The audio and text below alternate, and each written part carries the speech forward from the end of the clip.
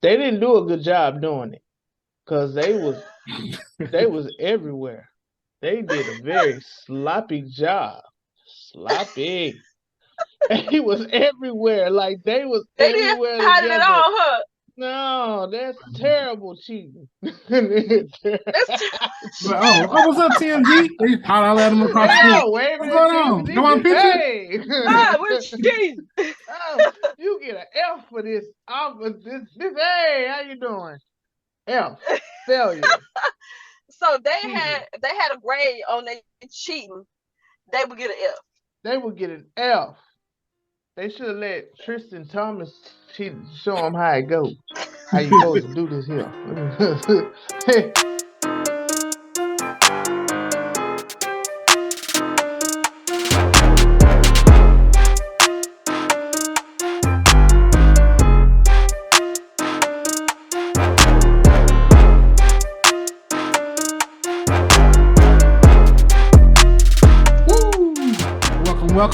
Welcome everybody to the Just Acting Up Show. It's your boy Big Chris. Hey, I'm in the driver's seat today. My boy Joffy had some stuff to do, so we gonna let me pilot today. We got the whole crew still here though. Mike is in the building. Say what's up, Mike. Good morning. How's everyone doing? All right, and give it up for the lovely Tashay. Hello, everyone. How are you? Here with Car Chronicles, right? Parking Lot Chronicles with the Shay. Parking Lot Pimping with the Shay. Hey, that could be a new segment. Maybe we can make a new segment. Parking Lot Pimping with the Shay. No. Don't take it too seriously, Chris. Okay. No, it's not. Damn, I got that. I can do that. We're gonna put a little screws on. No. Hold out and bang. No. Okay. No, see. All in my trunk. No. That parking lot pimping, that's different nowadays. It's only two ways it's gonna end. I got you. Well, we got a great show in store for you today. We got a great special guest coming through, all that and more. So, hey, let's get into it. Just Acting Up Show.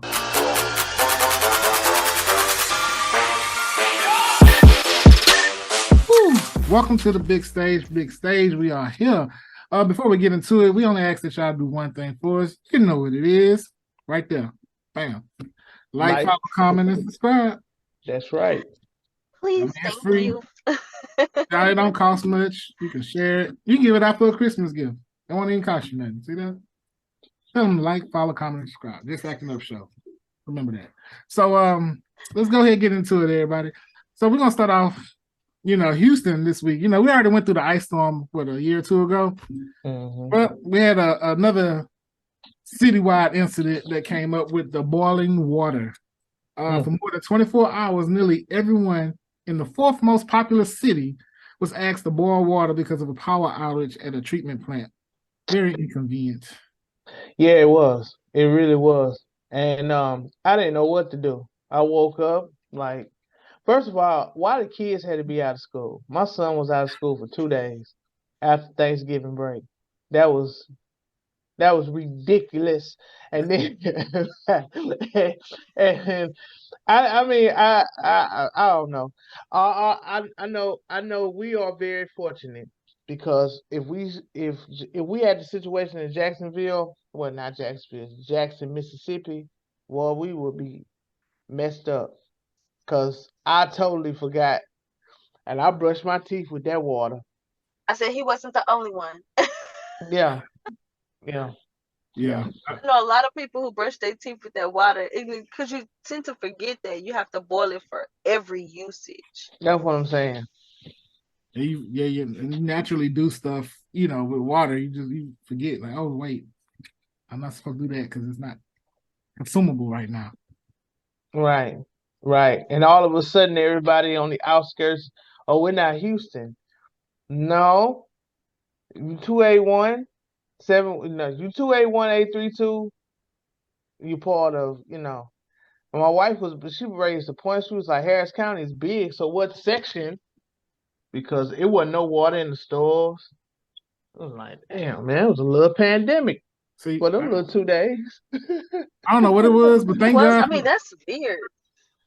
Thank God I I had thank God I had went and got 2 cases of water the day before. So I was like, I don't know why. I just like let me just get 2 cases of water. Right. Right.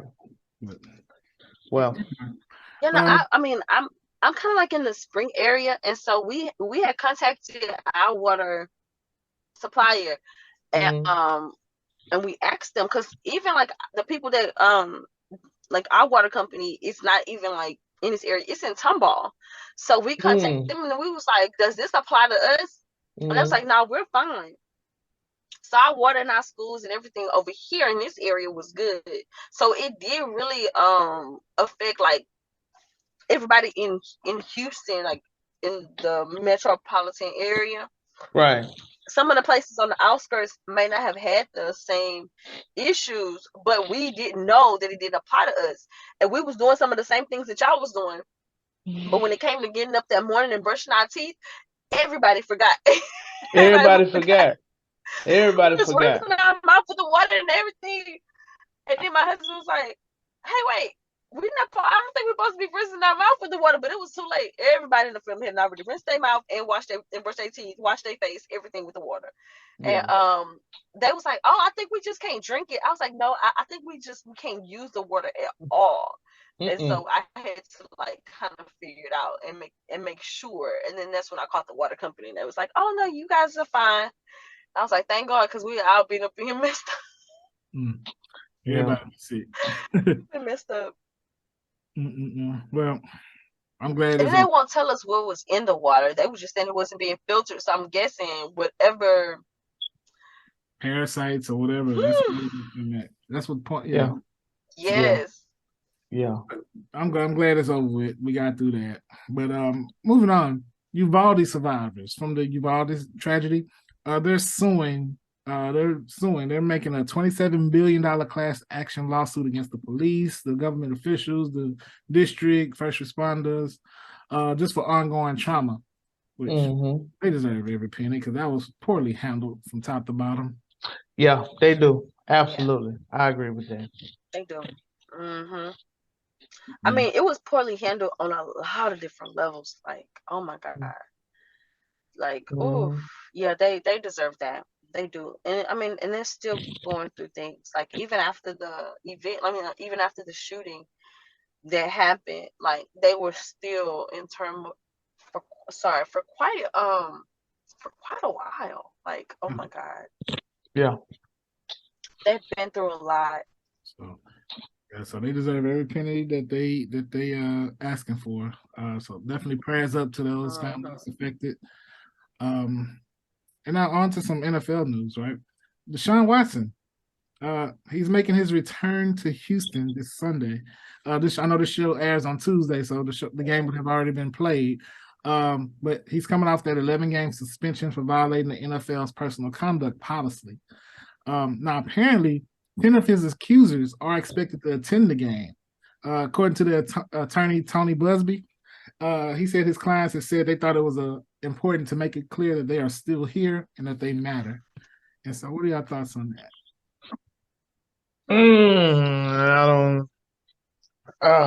I don't know, man. I think that's problematic. Yeah. All that, y'all still gonna go to the game. All of that, y'all. It's that's like problematic.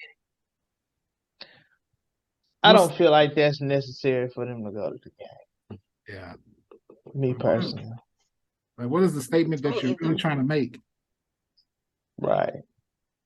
Because I mean, that statement can be looked at in two different ways. I'm sorry, but if it was somebody who, you know, made me uncomfortable, or you know what I'm saying, did something like that, I wouldn't want to go watch them play football. You know, I'm glad you said that. I wouldn't want to go and watch them play football. I wouldn't feel the need to make myself known. Hey, I'm still here. I'm pretty sure he knows y'all there. Y'all been suing him all this time for everything that he got. Right. I mean, he haven't been able to do nothing. I know he know y'all there. Y'all don't have to go to the game. Let that man come on. Like this been going on for how long now? Like, come on. Let that man have his one day. He had been dealing with y'all for the longest. And I appreciate you saying that too, because it's coming from a woman's perspective. Like, if those things happen, I ain't gonna say if, but why would you want to go to the game? Because he makes you uncomfortable. I'm not saying that they're lying or anything like that, but it's like now you're putting on a show. Yes. You understand? And it's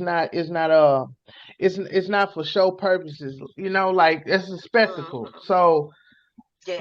he already know what Houston represent. He know what it is. He played here. He did those things here. And hey, it's gonna play in the back of his mind. It's gonna be part of his career for the rest of his life. So Yeah, Mm-hmm. it Yeah, definitely. the whole thought of that situation being forgotten with them, I think it kind of shows a little bit of, well, really, what are we really doing this for? Like, what type of attention are you looking to get from going to the game? Because right, at the end of the day, sometimes we take things too far. I'm not saying that the stuff didn't happen, but me as a woman, um, if I was violated or, you know what I'm saying, in any kind of way, I'm not fit to go and put myself in a predicament to where it kind of takes the value out of what I'm trying to accomplish. And to me, them going to the game, it takes a little bit of the value, a little bit of the insight, a little bit of the truthfulness, a little bit of the, you know what I'm saying? It make you wonder, make you think a little bit like, okay, really, what you really trying to do? You know what I'm mm-hmm. saying? What's your angle? What is you trying to get out of this? Yeah, Like, are you trying to show that you passed it? Are you right, trying to show that you're moving towards something else? Because at one point in time, this thing is going to become something of the past, and you got to move on with life. You right, don't have to sit in a situation forever. You know what I'm right, saying? You handle the situation. Everybody know you made everyone aware. Um, he's been prosecuted the way that he should have been, and he's been held out. He's had his things, his comings, his forthcomings from this. So it's like, right. okay, now what is you trying to what's your angle at this? Right. Yeah. So who knows? Who knows? It don't make sense Yeah. Speaking of not to making me. sense, since we're gonna move on from that. Speaking of not making sense, Trump says he's gonna run in 2024. He said, no, I'm coming back. He said he said, don't call it a comeback. But he said he on his way back. I'm gonna play devil's advocate here. When Trump was in office, gas prices weren't high. I'm Trump just is a good saying. businessman. He a That's good all. I'm businessman. just saying. He a good businessman. He gonna make sure that the fuel gonna be low. Uh People huh. gonna be making money. Yeah, Uh we huh. wouldn't be in no recession. Uh huh. But he is chaotic. You have to look past all this now. Because I'm gonna say I gotta let it, because he is so drama filled. He's like, that diva. You know that one diva that always keep up all the mess and the drama, and every time everything that they touch is just drama filled. But here we go again. He'll do something good, and then it'll just be looked over by the drama that is of him You and remember what all he them? represents. You remember all them stimulus checks that we was getting? Mm-hmm. I remember them stimulus checks. Okay, and you remember them gas prices? I remember Mm-hmm. them gas prices. And you see I'm inflation just. right now, don't you? You see inflation right now? Those checks I wasn't free. see the inflation. I see it. I Yeah, see it. that money wasn't free. We paying for it right now. I see it. But them But did gas, you see the division in our country? we Yeah. did. Did you see the Yeah. good old boys acting an ass? And I'm gonna say it, a plum ass. We did. I think he made it okay Did for. did you see all of the confusion? Now we had respect. Now let me tell you that we had respect around the world. We was respected because the man he demands the respect. But our country as a whole was going into a direction that we really should not go into. You know what I'm saying? We was divided. We was divided. Big Very time we divided. was. I think We he made was. it. He made those people feel that were maybe hiding their true feelings about different other cultures and races feel okay. He made them feel comfortable, kind of being loud and proud about it. That's true. You know, and you know, them far right people, boy, they. Whew. All I'm saying he had us angry. Yeah, he did. He did. He had us angry. He was doing things for us, but he had us angry at white folks. He had us really angry. He had us at a point to where it was going to be some kind of eruption going on up in the United States of America. It was going to be. I ain't gonna say a race war, but it was. Getting tempers was flaring. Tempers was flaring. I'm not gonna lie. I haven't seen that so many Confederate flags when he was running again. You know, trying to get reelected. It was a lot of Confederate flags everywhere. But those gas prices. That's all. The riot on the Capitol. Those gas prices. That's all I'm saying. Look, that man is a tyrant. If he get put back in, you think he gonna want to come out afterwards when it's time to go? He didn't want to go when it was time to go. He gonna be trying to pull some kind of Putin type stuff. You know, he might try to say, okay, well, now I'm back up in here. Y'all ain't gonna be removing me this time. I almost had to fill up with $100 to go to Louisiana. The gas prices. That's all I'm saying. Mike. But what That's all I'm saying. Low gas price, is it really worth it though, Mike? For everything else, you're gonna have to use them gas prices. $20 would fill it. With $20 would fill it. That thing all the way up till the next following week. Well, okay. Well, we'll table that. We'll work on that. Mike, we gonna have a race war. You worried about the gas price? I can go and drive away from the problems. Let the gas price. Mike gonna be the drone to Mexico. I'm just saying, go with your heart. Vote whoever you want to vote for. But pay attention to the gas prices. That's all I'm saying. The wall that he built. You talking about gas prices? The wall that he. What about this wall? What about all the Mexican people that he pissed off? All the other races that he pissed off, and not only that, but he grabbing women by the. I know. Terrible person. Go with your heart. Are you worried about the gas prices? I'm just saying though, that $3 that damn it was damn near $4. I'm saying go with your heart. Go anywhere you want to, but it's gonna be chaotic. Everywhere you drive, it's gonna be chaotic. Lead with your heart. Okay? You ain't gonna want to leave your house, bro. You're not gonna want to leave your house. So stop by the gun store. Get in the car. To drive to go somewhere. Because you're gonna be afraid. If I can fill up with $40, I'm gonna want to go somewhere. We're gonna see Mike at all the events. He's gonna be like, "Oh, gas prices cool, so I'm out and about." Ooh, them gas prices, boy. You're gonna be going all across town. All across town. So all across Mike, town. Where you at? I'm in New York. I drove to New York. I drove to New York on $20. Thank you, Lord.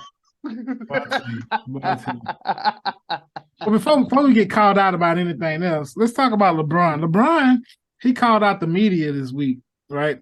Asking them why they criticizing, Kyrie Irving, but not Jerry Jones. I don't know if y'all know about Jerry Jones. He had that picture back in the day where they were trying to, those people were blocking the black students from getting into the school. They were trying to integrate. At the time, he says he was just there to see what was going on. He's like, I'm just checking it out, just seeing what's going on. No, he said he was curious. Oh, okay. Yeah, curious. Like, so you mean he was just standing there and he didn't mumble one racist word, not one. Yeah, he was just curious. And that's how it is in America, man. Okay, that's good enough. Slide that to the side. But Kyrie had to take a whole class, So he didn't salute to just take no LeBron. whole class. He lost a lot of money in Yeah, he endorsements. He did. lost his shoe deal. He Yeah, he lost a did. lot He over lost a just lot. posting a link of a video that he had nothing to do with. But you up in here with the segregationers, keeping black people from being able to go into school. We know you was out there yelling racist stuff, and baby, racism does not change. If that's how you feel in your heart about people, that's not gonna change over time. No, it doesn't. No, not at all. Not at all. But honestly, let's be real. Despite him being the owner of the Cowboys, because we from Houston, so we have a dislike of the Cowboys. Let's be honest. It's Jerry Jones. Are you surprised? No. I'm not surprised, because here's the thing. We always hear about the racism that goes on, the unfairness, and everything. And when Kanye and everybody was talking about how this anti-Semitic thing is going and all of that, and here you have somebody that's completely racist, okay? Yeah. This not no assumption. This is not something that we just pulling out the air. He's there. He's accounted for it. That picture says a lot. People always told me pictures speak 1,000 words to you if you're willing to listen. Now that picture speaks a lot. Put it like this. And He's What not you the about you to say? can't tell me that people that's around him is gonna be able to say, "Oh, this man is he loves black people. He's so fair, and he's." Yeah. Yeah. Put it like this. He may not be racist, but his silence is violence. Because now he done had two opportunities Yeah. to denounce racism. If you listen to what he was saying was curious. Everybody there was curious. You're basically saving up for the people that was there also.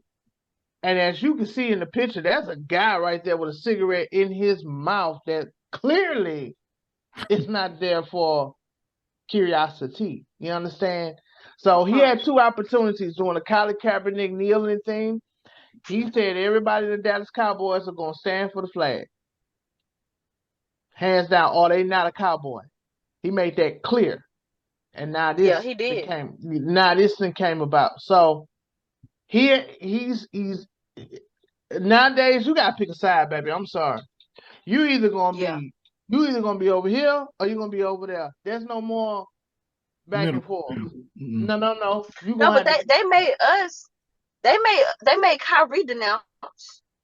They made him go back and apologize. They made him do all of these things.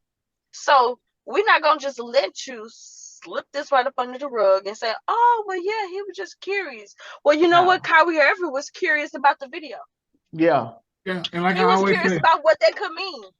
Kanye's curious. He's out. He is out searching for information. That is what that man is doing right now. He is reading. He's educating himself. Now, whatever perspective that he gets from whatever he reads, guess what? That's his American right to be able to voice his opinion. His opinion, that's what he believes. Whatever he believes, as long as it's not hurting nobody, as long as ain't nobody stabbed or hurt, he should be able to express what he feels, what he believes. That's what this country is born off of, from what I was told. But obviously, that's not the case. It's whatever we do is magnified, and whatever the white people do is just hidden. Yeah, that's like I always say. Like, instead of punishing, why not we just educate them? Like, hey, no, that's not right. Like, but we so quick to throw Kyrie under the bus, and when they seeking knowledge, they asking for the knowledge. We rather just condemn them and punish them instead of just, hey, no, this is not right. This is what this is about. Educate them on what's what. Yeah. But speaking, not only that, but you never know what, like, everybody keeps saying educate Kyrie, educate Kanye, but how do we know that we can't be educated on something that we don't know from these two individuals? You know what I'm saying? That's People true. always so quick to close down something that they can't understand or something that they never fathomed before. Like, if somebody came and told us, something that we didn't understand or we didn't believe, instead of us lending an extra ear just to hear them out, sometimes we immediately just go, nah, I don't, I don't want to hear that. I don't believe that. Or I don't, instead of just at least giving them the benefit of the doubt that they're human and they could have or may have ran upon some information that nobody else has explored yet. That's true. That's true. Well, I want to know what information he ran across when he was putting out there that Chris Paul was with Kim Kardashian. Where he ran that information at. That man, I think he just like the attention. Like, I'm finna put this out here. Boom, press send. Now I'm about to go to sleep. I've met Chris Paul personally through my son. My son played with his son before, and I met him and his wife. Great people. I can't vouch for that man because I don't know what that man doing behind closed doors. I can't vouch for his family or any of that. But what I can vouch for is that I have seen them, and I would hate for something like what Kanye said to disrupt what they have going on, because again, we don't know what goes on behind closed doors. But people are so quick to jump on stuff like, oh, I can't stand it. They be just so quick. Oh, Kanye said it. It must be true. No, let's research like everybody else is doing on, like, let's wait. Let's figure this thing out first before we start jumping to conclusions. That's never going to happen because the lie is more entertaining than the truth. Facts. Yeah. And that's facts. That ain't going to happen. No, I know that may not be. I know true. Chris Paul probably got up that morning like, I know. I think he's from Louisiana, but I know he probably got up and was like, "What? Wait, where is Chris Paul from?" But yeah, I think he's from Winston, North Carolina. Okay, so he's from the South. Yes, I'm pretty sure he got up that morning and was like, "What in the world is going on?" Now that story may not have been true about Chris and Kim, but what was true was T.J. Holmes and Amy Robick, the cheating scandal that took over Good Morning America this week. Someone said it was the worst secret at the show that everybody worked there. They said it was the worst secret that everybody knew, but no one said nothing publicly. And so, if you haven't heard, the two hosts were, I guess, caught on camera or caught, having a quote unquote affair with each other. Although they say they both have been separated from their spouses for some months, that they said the affair predated the separations. So it's a little controversial. Something don't sound right. They doing that behind closed doors. As long as they come on to that Good Morning America and give us our Good Morning America news, I'm not worried about what they doing behind closed doors. That is for them, God, they lawyers, their family. That's for them to deal with. I don't care about what they're doing with their personal time. If they want to, look, everybody gonna be judged for whatever they doing here on Earth. But if it was, if it's not affecting they newscasting or whatever they doing on Good Morning America, then I like let them deal with that. I'm not worried about that. But if it was, but let's just say it was like a secret scandal or whatever. So for the sake of argument, right? They wanted to keep it on the low. They didn't do a good job doing it because they was everywhere. They did a very sloppy job. Sloppy. He was everywhere. Like they everywhere. They didn't hide it all, huh? No, that's terrible cheating. What's up, TMG? How let them across the what's going on? Come on, picture. Hey. Where's Ski? You get an F for this. Hey, how you doing? F. Failure. So they had a grade on their cheating. They would get an F. They would get an F. They should have let Tristan Thomas show them how it goes. How you supposed to do this here. I mean, seriously, they in New York waving at TMZ, getting coffee, hiking, and he slapping on the ass. It's like, man, do y'all know y'all Good Morning America? Like, y'all say good morning to America 5 days out of the week. Are we not gonna recognize you? Like they obviously said good morning to each other too. Yeah, they said good morning to you, good morning to you. Like, you got to work at the same time. Exactly. Yes. And then They drove in the everybody same knew car about here. it. What is y'all talking about? Everybody been knew this was going on. We 'Cause just they now finding out smoking. about it. And hey, the spouses probably knew too. Ain't no telling because as open as they was being with everything. Hell, I mean, they get sent around the world together. Like, wasn't they just in what, like overseas together not too long ago? They do a marathon. They did like a marathon where they walking with each other, running, whatever. I don't know, Oh. but ABC is did it like they said just recently like an emergency meeting about what they're gonna do because it's gonna make it awkward now, you know. I wonder So if because ABC that's under the Disney branch, I believe. oh yeah, So they have a morality clause. So I wonder how that's going to affect. yeah, In violation of that. We'll see. yeah. We'll see. Well, we'll But at the see. end of the day, we'll see whether the booty was worth more than the coins. Yeah, it is what it is. It Much is luck what to it you. is. But coming up, we got the Critics Corner. We're gonna talk about a few trailers that dropped. A producer dropped one of the dopest trailers I've ever seen. I mean, it was amazing. And fantasy football takes it to the big screen. So all that and more coming up in the Critics Corner. Stay locked.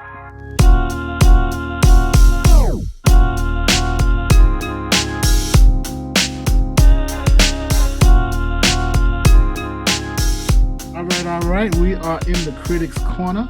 But before we continue on, please do one thing for us. If you want to know more in-depth details about these movies or reviews about different shows, please don't forget to go to Joffy's VIP room.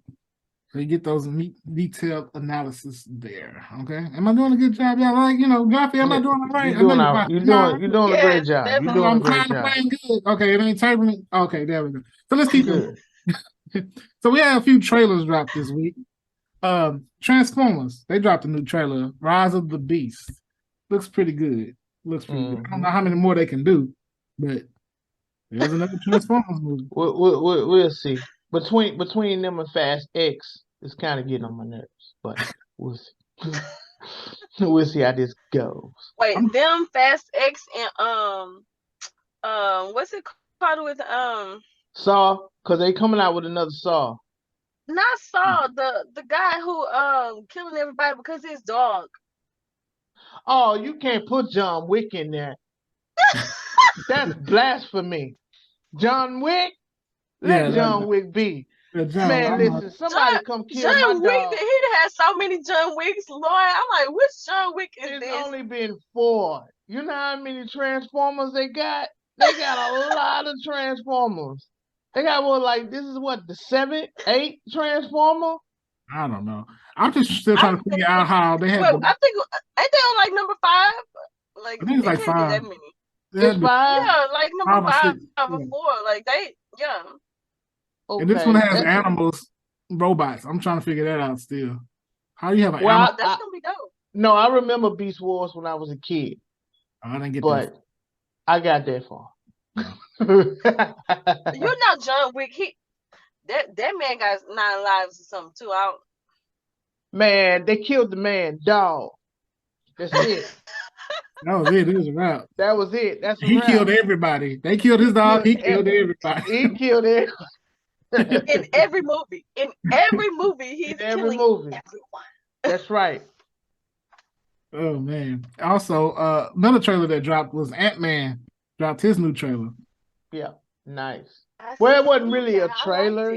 It was a background of like how he started, and they put a lot of things, but it was pretty cool. It was cool. Jonathan Majors, man, shout out to him, man. He is on a lot of projects, and I'm glad to see that because that show on HBO, when they canceled it, that broke my heart. You know what show I'm talking about? The Lovecraft Country. No. Yeah.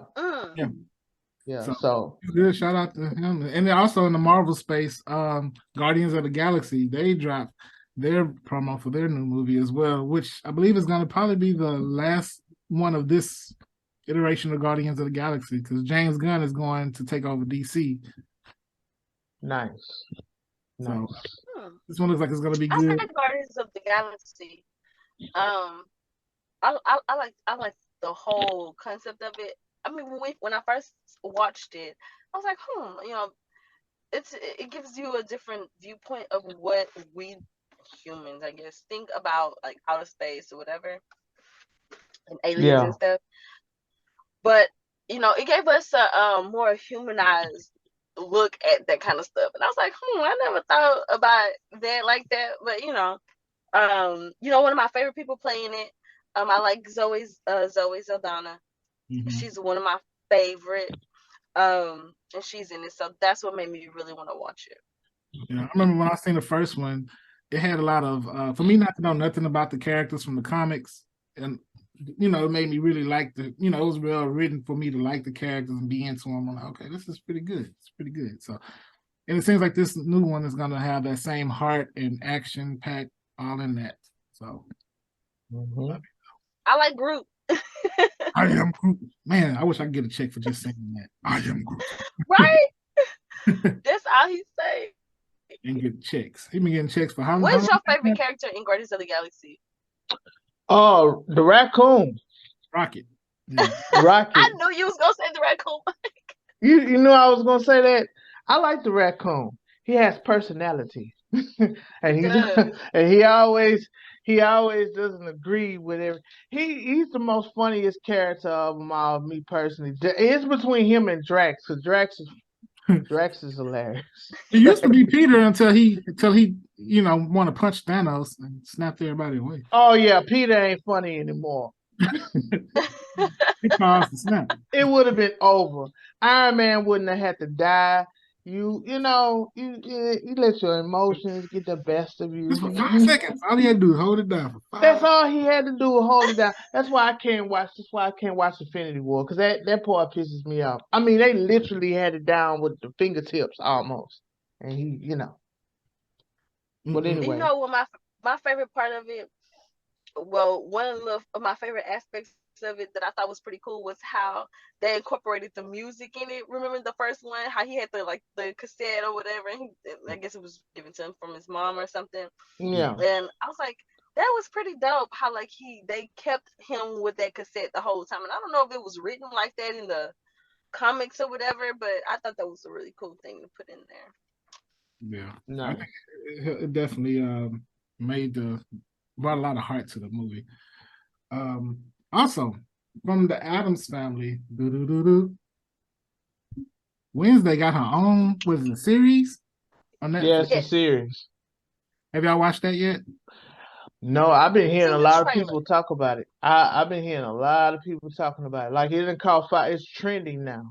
Check it out. I'm afraid. Why? It's so, because the first they brought out Chucky for the kids. Them kids was watching Chucky. What, the TV show? Then they bring out Wednesday. Yeah. Oh. Yeah. Then they bring out this Wednesday show. And there's so many shows for kids about vampires, killing, demonic stuff. Right. I've been kind of cautious letting my kids watch certain things.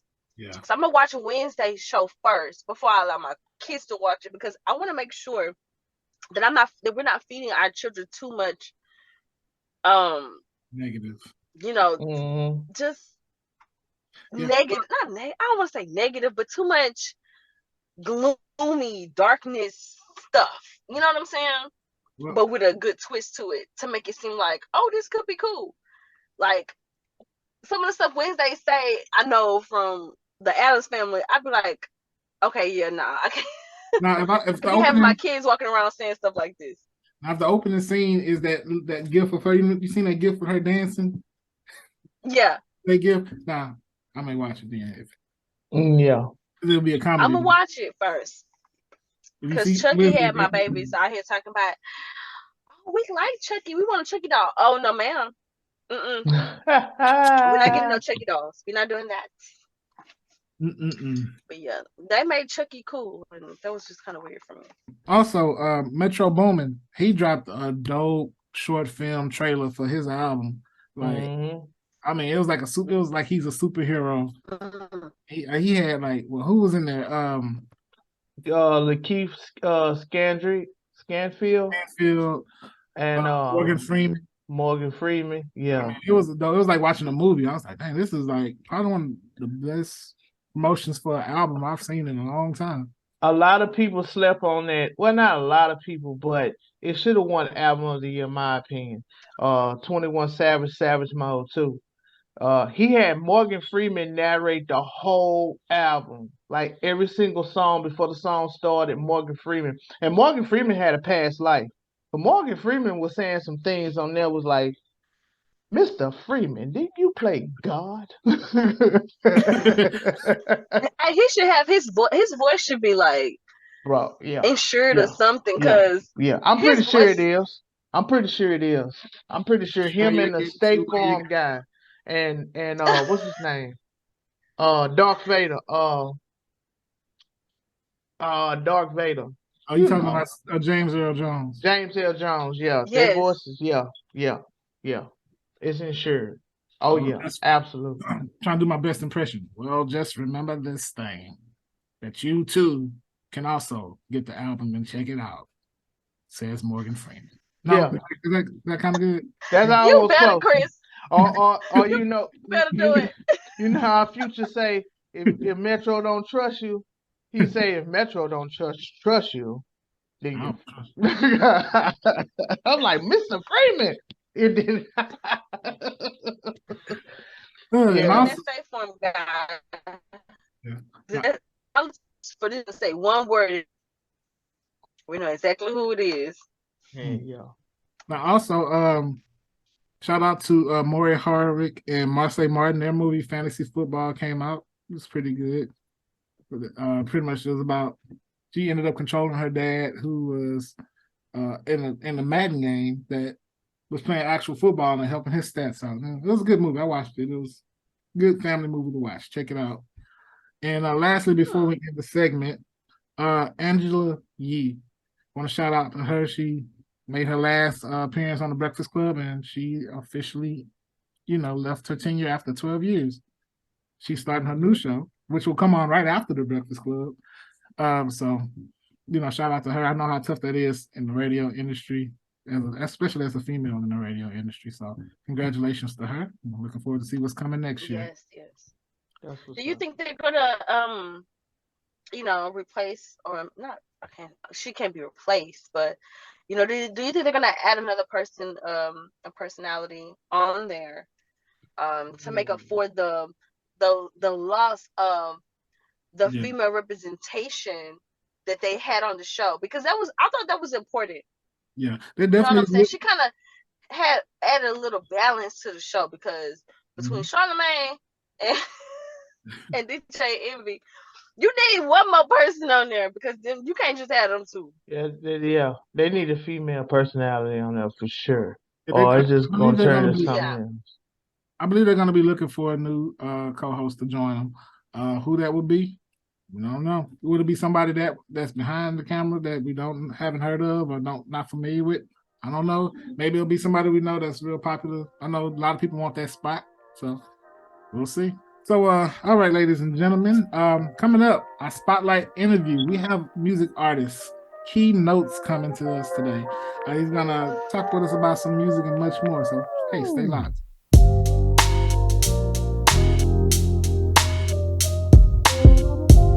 All right, everybody, this is the Just Acting Up show, and this spotlight interview we got today, we have artist Kei Knowtz in the building. Everybody clap it up. Yeah. Appreciate the clap. Thank y'all for having me. Shout out to everybody. I appreciate you. Shout out to Big Chris, Mike, and to Shay. Thank y'all for having me. Hope y'all having a great morning so far. Man, appreciate it. Thank you for joining. So let's go ahead and kick it off, man. How did you get into music, man? Tell us your story. Man, I got to make the long story short, but I started singing. Most people will be like, you started in the church. I did end up singing in church, but no, I started singing at home in my room, like 3, 4, 5 years old, singing whatever I heard on the radio, whatever mama and them was playing.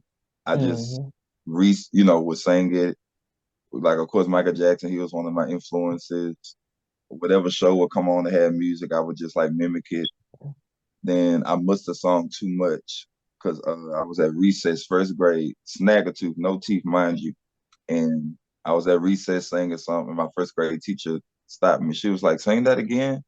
I was like, "Whatever I sung." And she was like, "You gonna sing for your first grade graduation?" So fast forward to her teaching me the song, and she was like, "Don't tell your mama that she gonna sing it because it's gonna be a surprise. Just tell her you stand for tutoring." Mind you, I'm making straight A's or whatever. So I was like, "Okay, I'm just going through the process." It was supposed to be a duet she had, and then for whatever reason she was like, "Oh no, you're just gonna sing this by yourself." I was like, "Okay, I'm just going with it." I'm like, what, 6, 7 in first grade? So I remember, it's crazy. I still remember the song. Education is the key to success. That was the title of the song. Hence, now my music name is Kei Knowtz. But so I sung, the choir sung their part, and then I went and sung my solo. And it wasn't the standing ovation. It just was the whole process, learning the keys.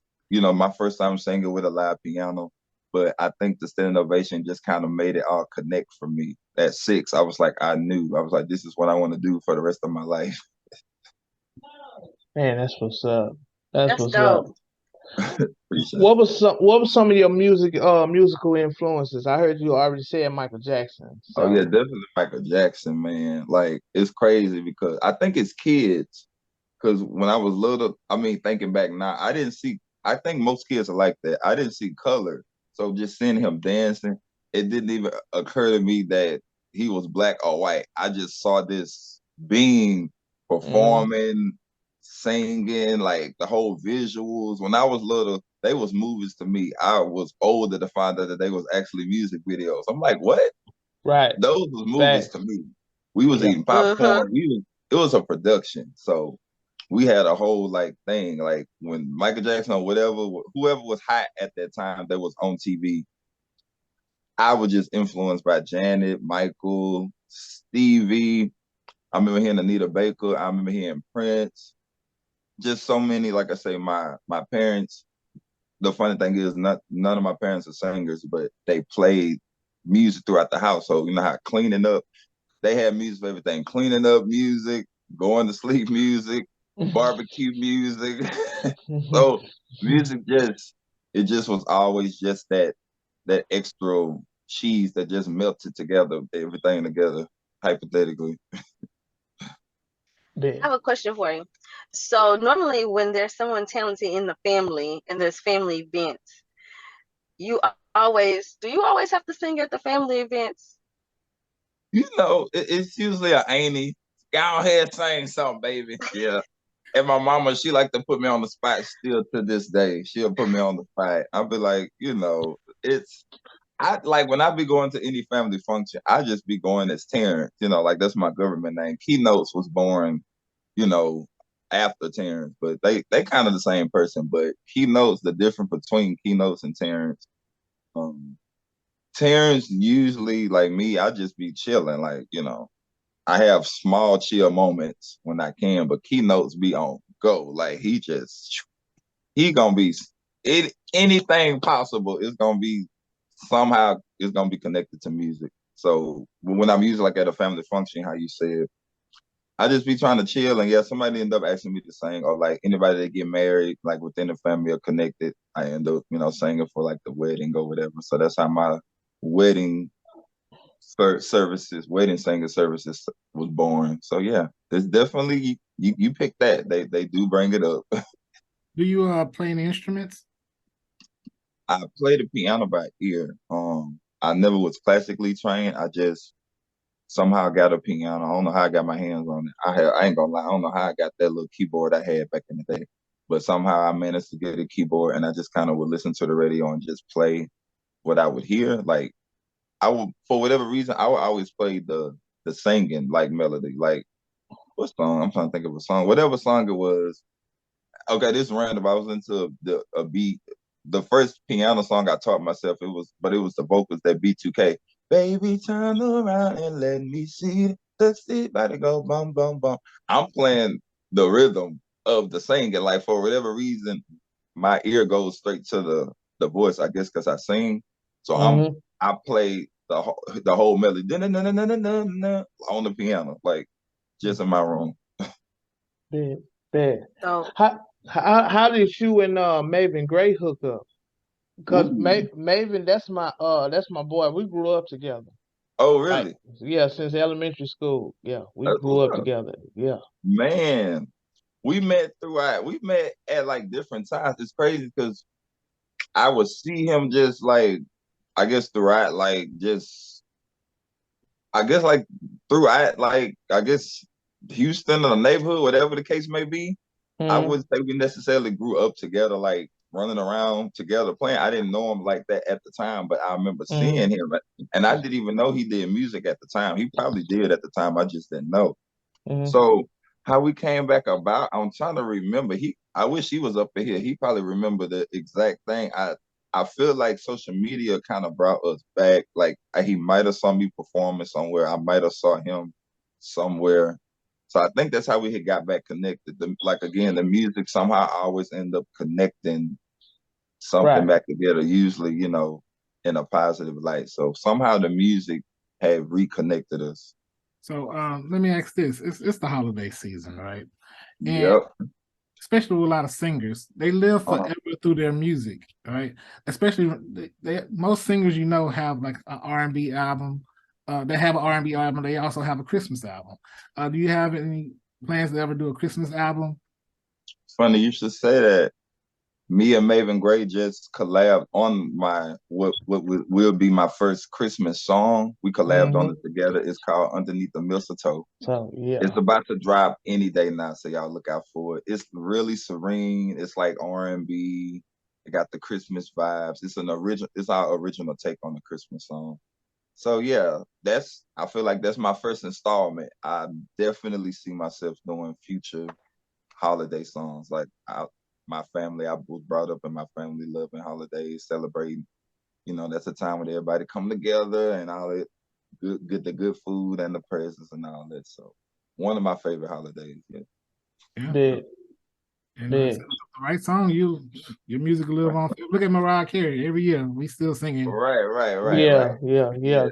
That's dope. We're always looking for some new Christmas music because sometimes the older songs, we like to hear them, but we also want to hear new things from new people, Right.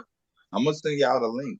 It's funny. I was just telling Mike, I was on the session with my engineer in Cali. We be going back to back. We working on the Christmas song, this song, that song, that song, that song. So the Christmas song was in the mix. So if he gets the mix to me today, I shoot y'all a early peek at it if y'all want to check it out. It's me featuring what we featuring each other. Where do you see the state of R&B as today? Like, cause you have, because it's been a topic, cause they look at R&B artists now, they try to incorporate the rap into it, and it's like that's not R&B. So I agree with you. And you helped me answer my question. The current state of R&B that I feel like more the media than the actual listeners is like, you know what I mean? I feel like the media is trying to control what they want to call R&B now. Does that make sense? yeah. Because I feel like when I sit back and hear, I feel like I call it a more integrated version of R&B, with hip hop influences. I consider it like integrated. I'll say like R&B hip hop. I wouldn't be like, hey, that's not straight R&B, but like I said, I guess it depends on the listener. So I see it today as a melting pot. It has evolved into rappers singing and singers rapping somehow. So right. I explore both of them as well. I wouldn't say I just full on rap, but I do play around with hip hop elements depending on the song, So I think it's a beautiful thing if at the end of the day, when the song comes together, it brings a good feeling, it fills a household with, good vibes and all of that good stuff. So I also commend the straight R&B artists that are still out there. Like shout out to her, shout out to Money Long, she's still giving you some classic R&B that we all know and love, and we want to continue hearing more of. Of course, we're gonna always have our classics, but we still would love to hear, the new generations R&B as well, and actually keeping a true soul there, true soul inside of us, some feeling, give us some life. I think that's great, man, because especially in this day and age, it's more direct to consumer now. Like, you don't have to have the big label behind. You can put your music out there and get it right on the streaming platforms and to the people. Shout out to Maven Gray for that. He the one that helped me get on with the streaming. Like, the pandemic had a part to do with it. During that pandemic, me and Maven, we was communicating a lot, with the industry, the music, and I didn't have a clue how to do all of the streaming and Spotify, any of that. So he introduced me to DistroKid, and how a lot of people say the rest has been history so far. That's been a job, and of course I'm of course gonna expand it. Like, why not expand something that you love to do for a living? Right. It just kind of works for itself as I go. So far I have a good handful of singles out. So I'm like, man, I can't wait, to roll out my next row of music. I just can't wait to share it with the world. I have a question for you. I'm getting ready to put out my first songs. How did you like? What was? Yes. Okay. Thank you. You gotta show your love. Definitely, I appreciate it. But how did you feel when you dropped your first song or single? Were you more nervous about it, or were you more excited? Okay. The first song I decided to drop, I actually was performing it for 3 years straight, live, like performing it. Like, it was low key a performance track, and I would perform with it because of how it was mixed, right? So every time I performed that particular song, wherever I went, whether I was here or there, the crowd always received it well. So literally for 3 years, the song was a good more like 2 years. It wasn't 3 years, but the song already was a good 2 years old before I decided to put it on Spotify. So when I dropped it, like I said, that 2 year of great reception, I think took away any nervousness that I probably would have had. But when I dropped, I was like, well, bitch, people are already fucking with it. So all the people that followed me from performing it a year prior, the year before, I was like, bro, that song No Sleep is out. And they were like, what? Because people will walk, you know how you would perform a song live, people like, hey, where can I get this at? I had nothing to say at the time. I was like, well, it's not out yet, but I'm performing it, because I'm Kei Knowtz. I gotta perform something. But when I dropped it, the perception was so good, because the main people that firsthand, went to listen to it first was people that already been following me for the past 1-2 years performing it live. So so that was my experience. So after that, I did drop songs, more like, people never heard them until I dropped them. So a part of me, I don't know. I'm trying to see, was I nervous dropping those? Because when Stay With Me, the song with Maven Gray that I'm sure Mike know about, Stay With Me, when that dropped, the vibe just felt so good. Like, I wasn't even nervous. I was like, that's a good ass vibe, and he was like, that's a good ass vibe. I felt like it was like, I mean, I'm a guy, but the I guess similar, it feels like it's like you were just presenting something to the world, almost like somebody giving birth. You're just like, here, welcome to the world, and sharing it with the world. It kind of felt like that, like a good, happy feeling. Yeah. That's pretty cool. So yeah, so you be nervous before you drop a song though, Tashay? So I haven't dropped anything you're about yet. to, my bad. Right. I'm actually working on my third song. Okay. And that's why when you started talking, when he asked you about, the kind of mixing the R&B and the rap, like this song that I'm working on right now is definitely not R&B. Okay. I'm singing in it. I'm in the background of it singing, but I had to put one song together that I could perform at a club. It is so hard performing R&B songs at a club when everybody is kind of coming there to like not vibe, they really there to just have a good time. And everybody drunk, and you following behind other rap artists and they rapping, and then you come up here with your slow R&B song, and then you kind of slow the mellow down. Sometimes I have felt like I lose the crowd. So I was like, I have to give me one song that I can play, that I can sing in this type of atmosphere where I could still keep that type of crowd going. So that's the song that I'm working on right now. That's a great idea. I love to have varieties of songs, tempos, whether it's slow, medium. It's good to have different tempos because you never know like what crowd you're gonna get. So it's good to be able to go through your list and be like, okay, this will work. So I do that all the time. So I feel you on that. I appreciate it. I'm excited to hear it now. I want to hear. It's a little different from what, like, I actually got a writer for this song. And it was a little weird for me because this is the first time I actually got a writer to write for me. Okay. And, with this song, I was kind of taking a little too fast because I was like, hold on, wait. You got too much stuff going on up in this song. Like, I don't know if I'm gonna be feeling comfortable saying all this kind of stuff. Oh, okay. You know how when you write something, you're like, oh my God, I can't believe I wrote that. Or yeah, I've been there. Especially with one of these so that's songs. What this song is for me. Oh. And when I let my husband hear it, he was like, who gonna be saying that? I'm like, me. Wow. But, I'm waiting for it to be done. I'm like, just trying to take my time. I don't want to rush things. I want it to be flowing natural and organic. You know what I'm saying? I feel you on that. Yeah, definitely. It's always good to just kind of let the vibe go, how it go. Who knows? We may have a future collaboration here. Never know. Hey, never know. Speaking of collaborators, though, I'm definitely down for it. I'm definitely down to work with anybody new.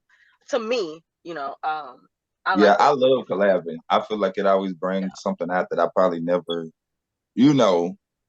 went where it went before. Like I say earlier, like with Maven Gray, certain songs I like, the couple songs I done with, some of them are not out yet, but it definitely brought something out that I feel like wouldn't have came out if we hadn't collabed, Right. Do you have I guess speaking of collaborators, what's your top 5 of dream collaborations that you would like to, of artists you like to work with? Hell, some of them died. Shit. Man. So it would have been Michael Jackson. I thought that would have been dope if I would have got to like do a song with him. Like, I forever wanted to do like a trap song with him. Like, he doing his thing, I'm doing my thing, and it just, I saw it in my head. Right, Michael Jackson on the trap beat. I was ready. Like, I was like, what's the word? I was what's that word? Not finesse. It was the other word. I was trying to send it out into the universe for it to happen, but the universe had other plans. You're trying to manifest it. Yes, that's the word. Yeah. I'm about finesse. But so I mean, they would be dope. I would love to do a song with her. Like, I just love the way she vibe and like the way she approaches the track. I feel like we would be good on the song together if we would collab. Like, I feel like me and her could literally just go in the studio, because she writes, I write. I just feel like we can just go in the studio and just have a whole song on the spot, just from top to bottom, just write. That's how I feel. I feel like we'll have that type of vibe. I wouldn't mind doing okay. See, I'll go laugh, but I low key want to do a song with Madonna, only because she's Madonna. Like, ain't nothing wrong with that. Just have her on the song, like, why not? Like, she's fucking Madonna. Yeah. Like that, I think that'd be a dope little collab. Like, I like doing collabs with artists that are their own, their own sound, their own thing. You know what I'm saying? Their own little thing, and then my vibe meets their vibe, kind of situation. Cool. So have you stepped outside of your comfort zone in any of your songs? Like, have you tried anything that's a little bit different from what you normally would do with any kind of artist that you collabed with? Yes. I'm trying to think of the actual song I have before. Oh, okay. The song actually never came out, but um, I don't think I would have ever said those words in the way that the words were written for me to say. Cause like, okay, this was like a while ago. I got older brothers that's like 10 years older than me. They like taking me to the studio. I'm still in like I probably was in middle school or high school. They took it to the studio. We was like, yeah, my brother sings. I'm just going. This was a while ago. I thought the song was gonna come out, but I think it just came out amongst them. I guess I don't know what happened. So anyway, long story short, so I didn't know I was gonna sing. They was like, I'm gonna write the words, and they was like, nobody had a pen. I didn't think to bring a pen, so he was like, I'm gonna just tell you the words. So he was like, this is the words. Mind you, he a rapper. He was like, "This is what I want you to sing." I'm like 14. He's like, this is like, "Hey, I'm coming over. Can I get some tonight?" I'm like, "Oh, like I haven't even yet. I haven't done nothing yet." So I'm just like, I'm in the studio. "Hey, I'm coming over. Can I get some tonight?" And mind you, everybody in the studio, I think they was either smoking or drinking. Like I did the hook. I don't even have it. It was on the CD. So I don't have the song no more, but like everybody say, I'm talking about, you crashed that. I'm like, oh yeah, I did.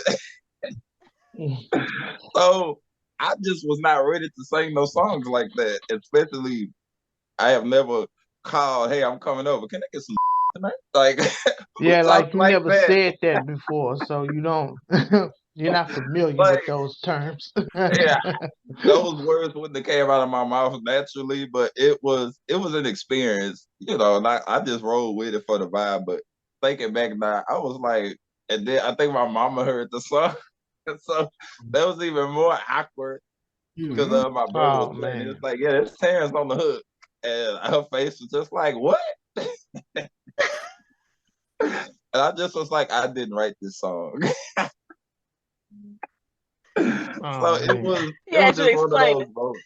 Right. But like I said, I was glad for the experience. That was like one of the first times I went into a studio, so it was cool. And then after that, I think at the time I just like never been to a club, so it was something about my cologne, and I was singing about being at a bar or something. I was like, I ain't never been to no bar. It was something like that. But now, I mean, I've been to some bars now. So if they want to revamp that song, we can bring it back out. It was called My Cologne, but it was a cool vibe. Well, before we let you go, definitely tell the people where they can find you, where they can follow you at. Y'all can follow me at KeiKnowtz. That's across all social media, all streaming platforms. Kei Knowtz, I spell it KeiKnowtz. Awesome. Again, brother, Oh thank you man. for coming on. We appreciate you. Wish you nothing but success with your music Oh, career. We're gonna be definitely listening for that holiday song with you and Maven. yeah, Yeah, underneath the Yeah. mistletoe. Y'all about to see the drop very soon. absolutely, brother. We Yes, I appreciate you. y'all for having me. Shout out to you. I can't wait to hear some of your music, Mr. Shay. Thank y'all for having me. Like I said, I'm looking forward to all of y'all ventures out and y'all next level of success as well. I appreciate No you. Thank problems, you. man. Appreciate it, man. You too, brother.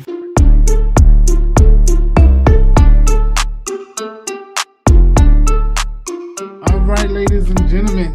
Let me stretch. You know what time it is. It's my favorite segment. It's Mike's favorite segment. Let me put this leg in, right? Let me get myself comfortable. Oh, good Lord. Oh, yeah. All right. Well, this week, let's see here. Well, we're talking about a young man by the name of his last name was, I think it was Chris. Yeah, it was Christopher Spalding was his name. After the sheriff's office in his city had posted its most wanted list for November earlier this week, Mr. Spalding commented on the Facebook post. He said, "Hey, how about me?" That was on Wednesday, right? And you know what happened? That helped the police lead to him to getting arrested on Thursday. The department replied to him, actually. They said, "You are correct. You have 2 warrants and we are on the way." So the department thanked the fugitive unit for efficiently arresting Mr. Spaulding, who it said had, like I said, his charges was he had 2 arrest warrants for felony violation of probation. So yeah, that was he called the police. He could have just walked right into the station. Just walk right in.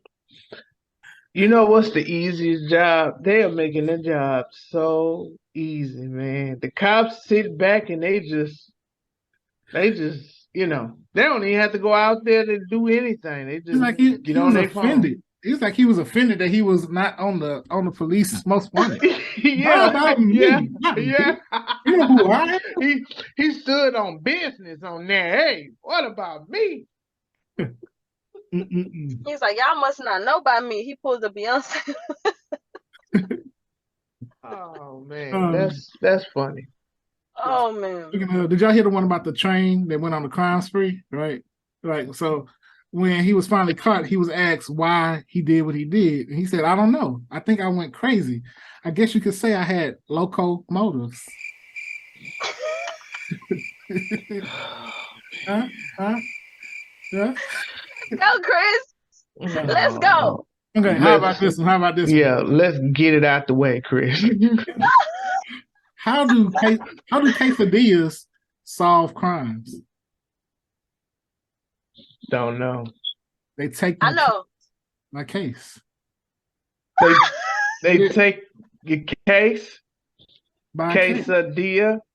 They take case by case. No. Well, I know you're gonna get this one because you have an iPhone, right?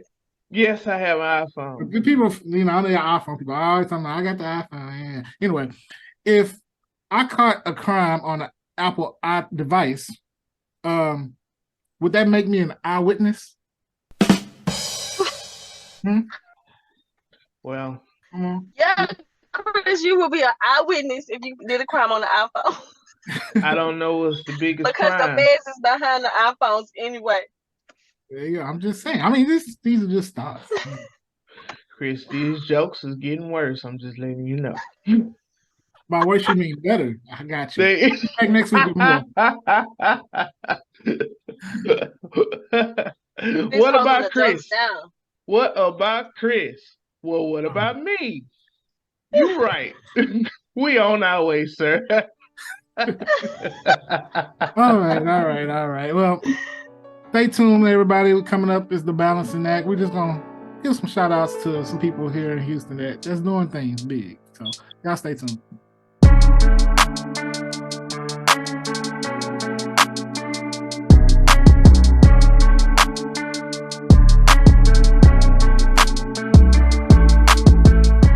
All right. This is the balancing act, everybody. And this week we want to just highlight several people that's doing big things out here in the city of Houston.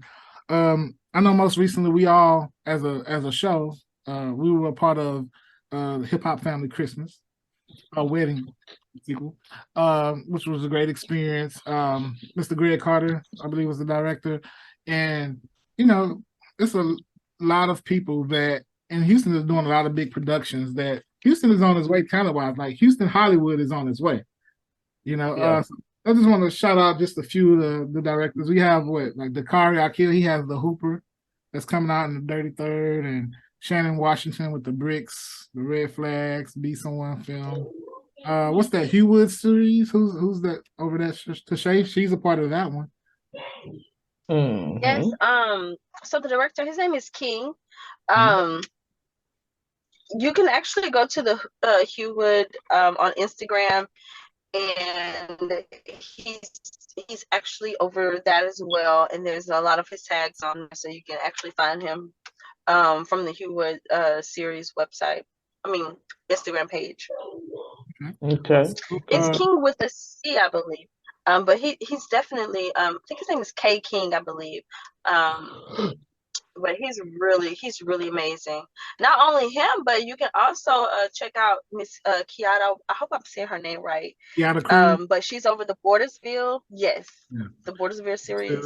I did film for the Bordersville season 2, so there will be a episode with your girl on there. Check it out. All right. Like I said, this is a lot of people. Some of our past guests, even Marcus Bumpers and Michaela Bryant. Their movie Rise is coming out. Actually, should be coming out this week. Shout out to Malcolm, Dwayne Carter, and the season crew over there. Courtney Glaude, Ronson Hawkins, and Justin Hawkins over there at the Masquerade. I think Mike's a part of that production. Him and Yep.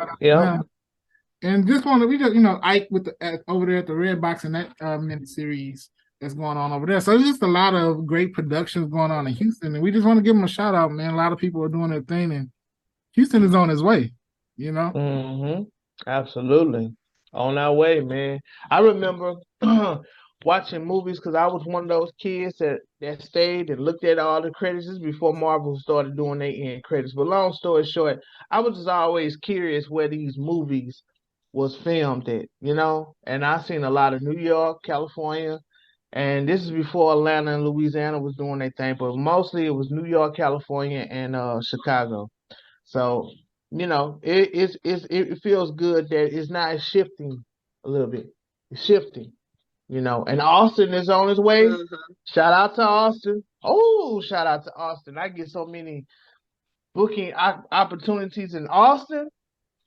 It's a lot. So, yeah, Texas in whole is on their way.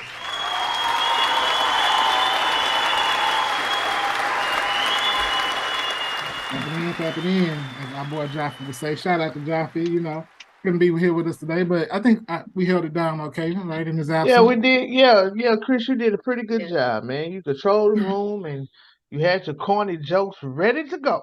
Corny, man. All right. You did good. Josh gonna be proud. All right.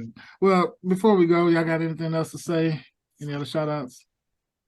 No. I'm just gonna shout out to my family, my kids. That's it. Steady grinding. All right, well, let's go ahead and want everybody to have a good week. We're gonna leave you with this positive quote here. It says, "Some days we just have to push ourselves through pulling strength from wherever we can and being brave enough to do it. Find strength when you're weak. Find courage when you are scared. Have hope when it seems like there is none." All right. So take that with you this week, y'all, and we'll see you next time. Yes, sir. Yes. Bye. Y'all have a great holiday.